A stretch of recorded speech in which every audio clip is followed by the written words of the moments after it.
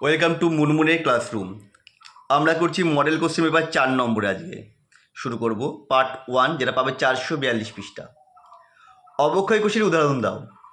জল ও অক্সিজেন উপস্থিতিতে লোহায় উৎপন্ন কোষ যা মরিচা সৃষ্টি করে, এটা যেটি অবক্ষয় কোষের উদাহরণ। পরেরটা দেখো, F/N এর মান কত?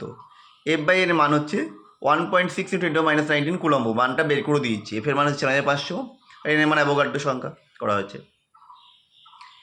ক্যাটায়নিক পৃষ্ঠতল সক্রিয় পথের নাম আর গঠন সংকেত। এটা হচ্ছে সিটাইল টাইমিথাইল অ্যামোনিয়াম ক্লোরাইড। গঠনটা দেখো দিয়ে দিয়েছি। পরেরটা, ক্ষারীয় মাধ্যমে MnO2 আয়ন দ্বারা I- আয়নের জারণের ফলে উৎপন্ন আয়নটির নাম ও সংকেত। উৎপন্ন আয়নটির নাম হচ্ছে আয়োডেট আয়ন, সংকেত হচ্ছে IO3, মাথায় মাইনাস, IO3-।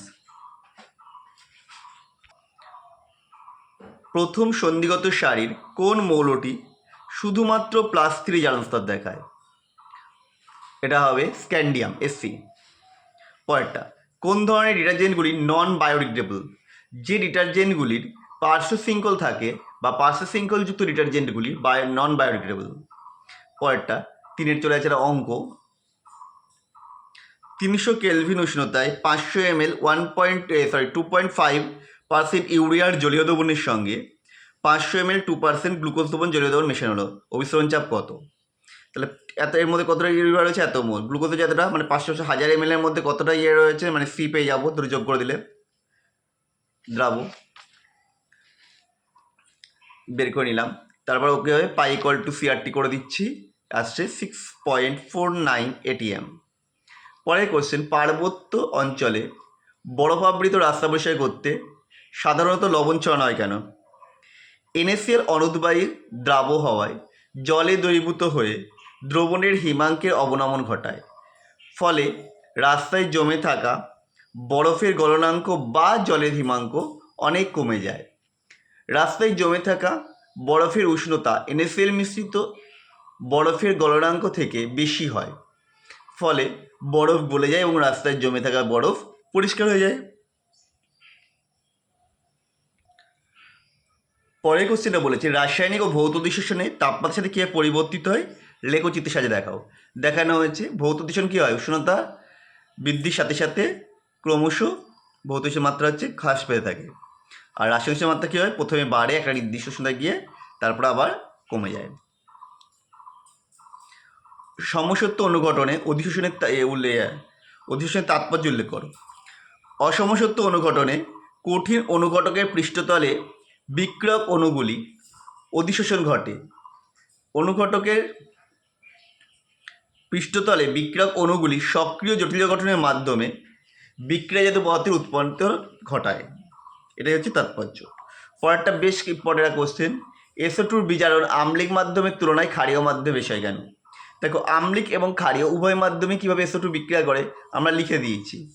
SO2 আম্লিক মাধ্যম হচ্ছে SO2 + 2H2O - 2E উভমুখী, H2SO4 + 2H+। ক্ষারীয় মাধ্যম হচ্ছে SO2 + 2H- 2E উভমুখী, SO4 2- + 2H2O।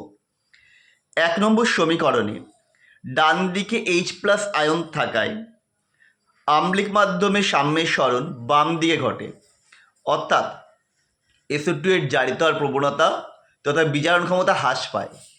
কিন্তু 2 নম্বর সমীকরণে সাম্যের বাম দিকে OH- আয়ন থাকায় ক্ষারীয় মাধ্যমে সাম্যের সরণ ডান দিকে ঘটে, অর্থাৎ SO2 এর জারিত হওয়ার প্রবণতা তথা বিজারণ ক্ষমতা বৃদ্ধি পায়। এই কারণে আম্লিক মাধ্যমের তুলনায় ক্ষারীয় মাধ্যমে SO2 এর বিজারণ ক্ষমতা বেশি। পরের কোশ্চেন হচ্ছে, আয়োডিন জলে স্বল্প দাব্য কিন্তু KI দ্রবণে দাব্যতা বেশি হয় কেন? দেখো, এটা ছোটো কোশ্চেন, ছোটোর মতো লিখেছি। আয়োডিন জলে স্বল্প পরিমাণে দাব্য, কিন্তু আয়োডিন KI এর সাথে যুক্ত হয়ে জলে দাব্য জটিল যৌগ KI3 গঠন করে, ফলে এটা জলে দ্রবীভূত হয়ে যায় সহজেই, বা জলে অধিক দাব্য। বিক্রিয়া দিয়েছি KI + I2 অ্যারো KI3। তারপর যে PT NH3 জ্যামিতিক সমবায় গঠন। দেখো, দুটো ছবি এঁকে দিয়েছি, একটা ফেস সেন্টার, একটা হচ্ছে মেডিটেরিয়ান।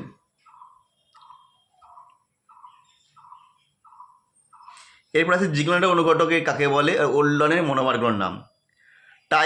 টাইথাইল অ্যালুমিনিয়াম এবং টাইটেনিয়াম টেট্রাক্লোরাইড বা ডাইমিথাইল অ্যামোনিয়াম ক্লোরাইড এবং টাইটেনিয়াম টাইক্লোরাইডের মিশ্রণকে জিগলেন অনুঘটক বলে। ওরলনের মনোমার হচ্ছে অ্যাক্রোনাইট্রেল, সংকেত দিয়ে দিয়েছি H2C double bond C H single bond CN। 4 question দেখো, NaCl-কে ডোপিং করেছে MgCl2 এর সঙ্গে ডোপিং করেছে, তাহলে ক্লাসে কী ত্রুটি হবে? আরেকটা আছে TlCl যৌগের কেলাসে একক কোষের বাইরে বাহুর দৈর্ঘ্য ও ঘনত্ব যথাক্রমে এত পিকেম, মানে এর মান বলে দিয়েছে আমাকে, রো এর মান বলে দিয়েছে, কেলাসটির কী ধরনের একক কোষ মানে জেডের মান বের করতে হবে আর পারমাণবিক ব্যাসার্ধ বের করতে হবে। আর এই দুটো যোগ করে দিলে M পেয়ে যাবো TlCl-এ। প্রথমে দেখো NaCl-এর সাথে ডোপিং করেছে কি MgCl2, NaCl-এর মধ্যে MgCl ডোপিং করে N টাইপ হবে, কারণ NaCl হচ্ছে একযোজি, MgCl হচ্ছে দ্বিযোজি মৌল, সেই জন্য। তারপর বাহুর দৈর্ঘ্যটা আমাকে বলে দিয়েছি, এর মান হচ্ছে এত, মানে 10/10 করে দিলাম, সেমিতে চলে গেল, ঘনত্ব ঠিক আছে।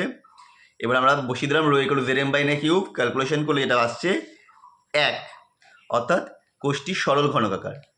আর পারমাণবিক ব্যাসার্ধ কী হবে, যেটা আছে আমাদের যেটা দিয়ে দিয়েছে এর মান, তাহলে 2 দিয়ে ভাগ করে দেবো, কারণ সরল ঘনক কী হবে কর্ণ বরাবর স্পর্শ করে থাকে, সেই হিসেবে এসছে 192.5 পিকোমিটার বা 1.925 অ্যাংস্ট্রম।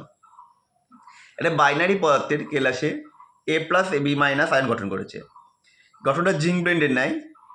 বি আয়নটির ল্যাটিস গঠন করে এবং এই আয়নটি চতুর্থ আলোকীয় ফাঁকের 25% পূর্ণ করে। সংকেত বের করতে হবে।